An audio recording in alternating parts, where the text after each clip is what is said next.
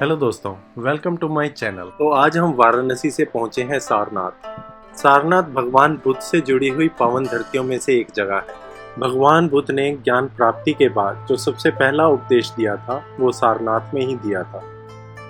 सारनाथ वाराणसी से 15 किलोमीटर दूर है और आप यहाँ पर वाराणसी से बाय बस, बाय टैक्सी और बाय ऑटो आ सकते हैं।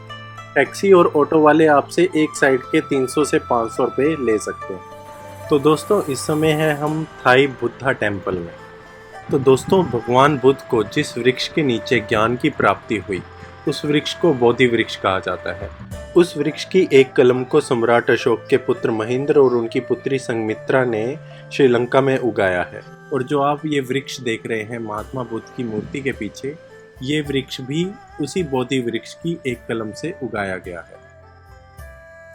तो दोस्तों, एक्सट्रीम लेफ्ट में जो बुद्धा जी की मूर्ति है वो है धर्मचक्र मुद्रा और एक्सट्रीम राइट में बुद्धा जी की मूर्ति है परिवर्तन मुद्रा और बीच में भगवान बुद्ध अभय मुद्रा में बैठे हुए हैं। आप उंगली मार डाकू का नाम जरूर जानते होंगे। वो जंगल से गुजरने वाले लोगों की उंगली काटकर उसकी माला बनाकर अपने गले में पहनता था। भगवान बुद्ध ने उन्हें इसी अभय मुद्रा में ज्ञान दिया था। दोस्तों, ये जो टेम्पल देख रहे हैं, इस टेम्पल को 1931 में थाईलैंड की गवर्नमेंट ने बनवाया था और ये टेम्पल थाईलैंड के पगोड़ा डिज़ाइन से मिलता जुलता है, इसलिए इस टेम्पल को थाई बुद्धा टेम्पल भी कहते हैं। इस टेम्पल के अंदर भगवान बुद्ध की एक मूर्ति है जिसे सिर्फ एक ही पत्थर से बनाया हुआ है। ये मूर्ति 9.5 फीट हाइट की है और इसे गोल्डन कलर दिया हुआ है। मंदिर के अंदर जाना मना है, इसलिए हम बाहर से ही इस मूर्ति के दर्शन करेंगे। और दोस्तों, लाफिंग बुद्धा के बारे में हर कोई जानता है। जैसे भारत में कुबेर देवता को पूजा जाता है, वैसे ही चाइना में लाफिंग बुद्धा को पूजा जाता है। दोस्तों, ऐसा माना जाता है कि अगर लाफिंग बुद्धा आप खुद से लो तो वो ज़्यादा शुभदायक नहीं होता जितना कोई अगर आपको उसे एज ए गिफ्ट में दे।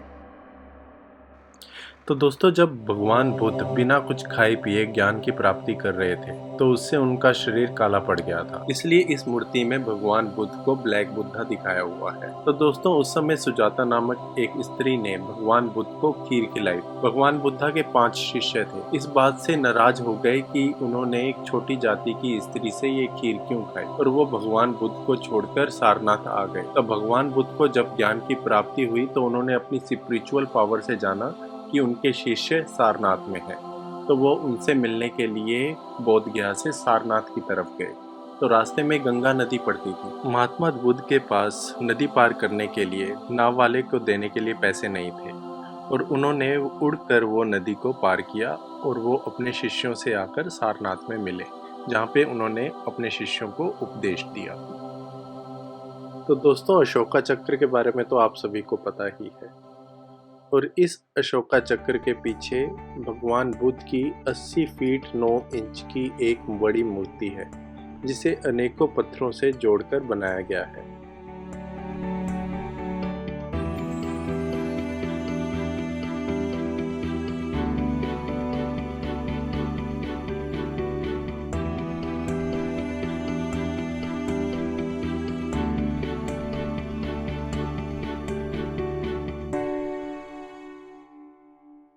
तो दोस्तों, अशोक स्तंभ के बारे में तो आप सभी जानते हैं। आप प्लीज़ कमेंट सेक्शन में मुझे बताइए कि अशोक स्तंभ में कौन कौन से जानवर हैं और कितने जानवर हैं।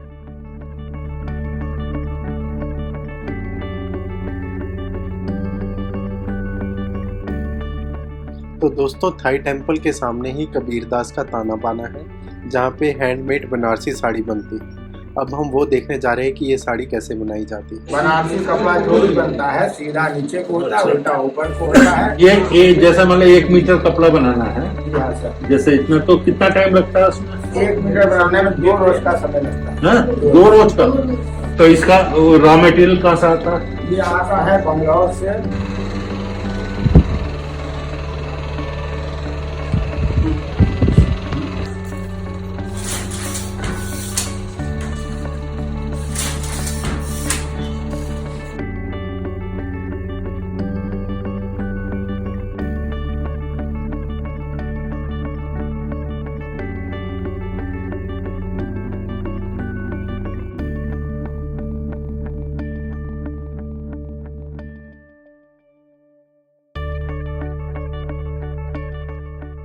दोस्तों, सारनाथ में एक बहुत ही अच्छा म्यूज़ियम है जिसकी टिकट ऑनलाइन मिल जाती है।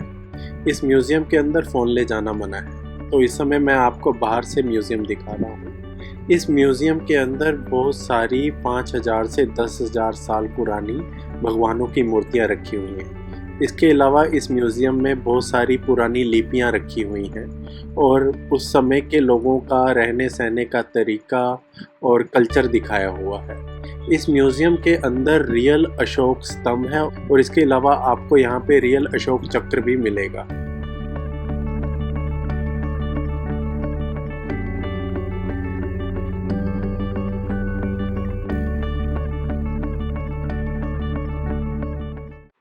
तो दोस्तों, अब हम देखने जा रहे हैं धमिका स्तूपा, जो कि म्यूज़ियम के बिल्कुल पास में ही है। धमिका एक संस्कृत वर्ड है जिसका मतलब होता है धर्म।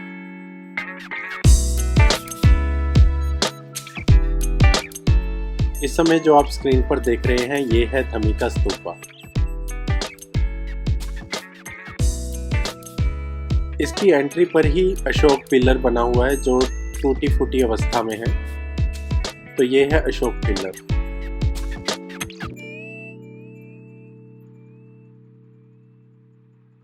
इस अशोक पिलर के ऊपर पुराने समय की कुछ लिपियां लिखी हुई हैं।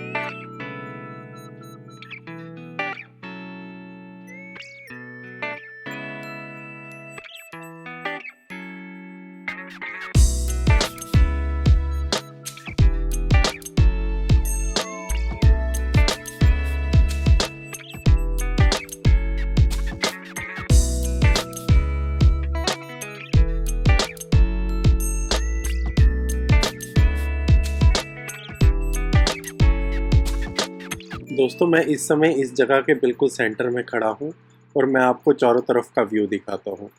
देखिए, इट्स सो ब्यूटीफुल प्लेस।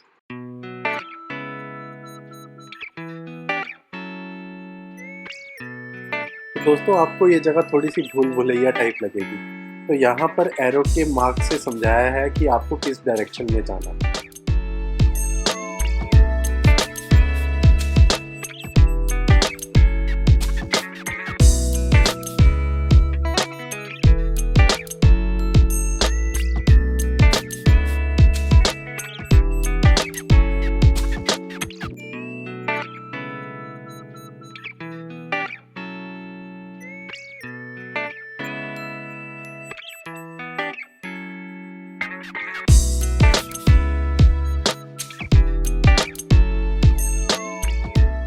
दोस्तों, यहाँ पे किसी पंचायतन मंदिर का बहुत ही ब्यूटीफुल मॉडल बनाया हुआ है।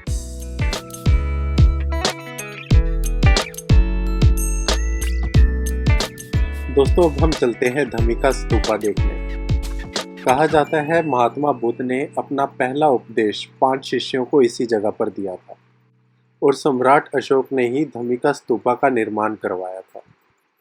ये धमिका स्तूपा 48 मीटर ऊंचा है और इसका डायमीटर 28 मीटर है।